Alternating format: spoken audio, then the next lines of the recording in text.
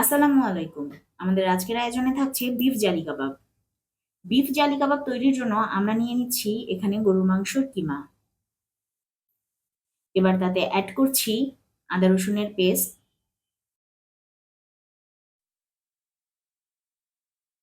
কাবাব মশলা paste,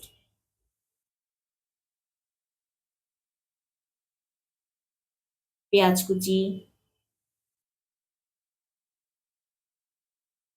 কাঁচামরিচ কুচি। কাঁচামরিচ কুচিটা দেওয়ার পর আমরা কিছুটা মাখিয়ে নেব এবং মাখাতে মাখাতেই আমরা তাতে অ্যাড করে নিব সয়া সস।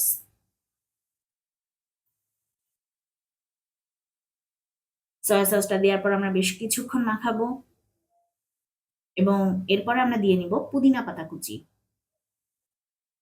পুদিনা পাতা কুচি দেওয়ার পর অবশ্যই আমরা টমেটো সসটা অ্যাড করে নিব। এরপর আমরা ব্ল্যাক পেপার দেব এবং ব্ল্যাক পেপার দিয়ে বেশ অনেকক্ষণ মাখাবো।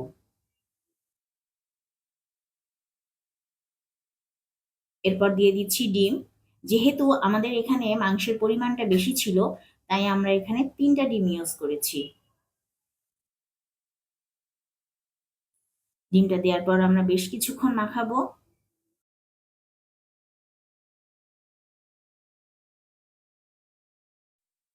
এরপর দিয়ে দিব লেবুর রস। লেবুর রসটা আপনারা আপনাদের স্বাদ মতো দিতে পারেন।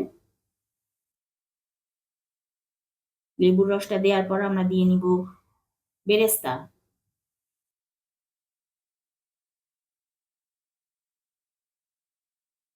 বেরেস্তাটা দিয়েও আমরা বেশ কিছুক্ষণ মাখাবো।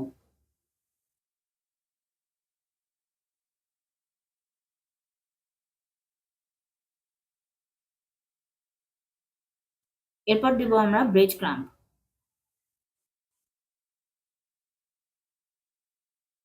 ব্রেড ক্রাম্ব দেওয়ার পর আমরা বেশ অনেকক্ষণ মাখাবো, কারণ জালি কাবাবটা আসলে মাখানোর উপরেই ভালো হয়।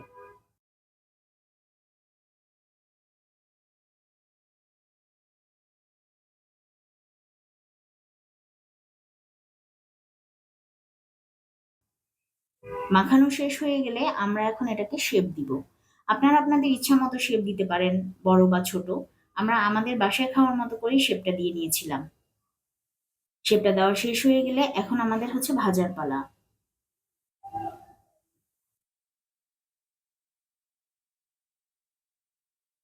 শেপ দেওয়া শেষ। এখন আমরা এটাকে ডুবো তেলে ভাজবো, অবশ্যই ডিমে ডুবিয়ে নিয়ে। আমাদের এই রেসিপিটি যদি আপনাদের ভালো লেগে থাকে, আপনারা অবশ্যই লাইক, কমেন্ট এবং শেয়ার করবেন এবং আমাদের চ্যানেলটি অবশ্যই ফলো দিয়ে রাখবেন। আপনাদের কমেন্ট আমাদেরকে অনেক বেশি অনুপ্রেরণা দেয়।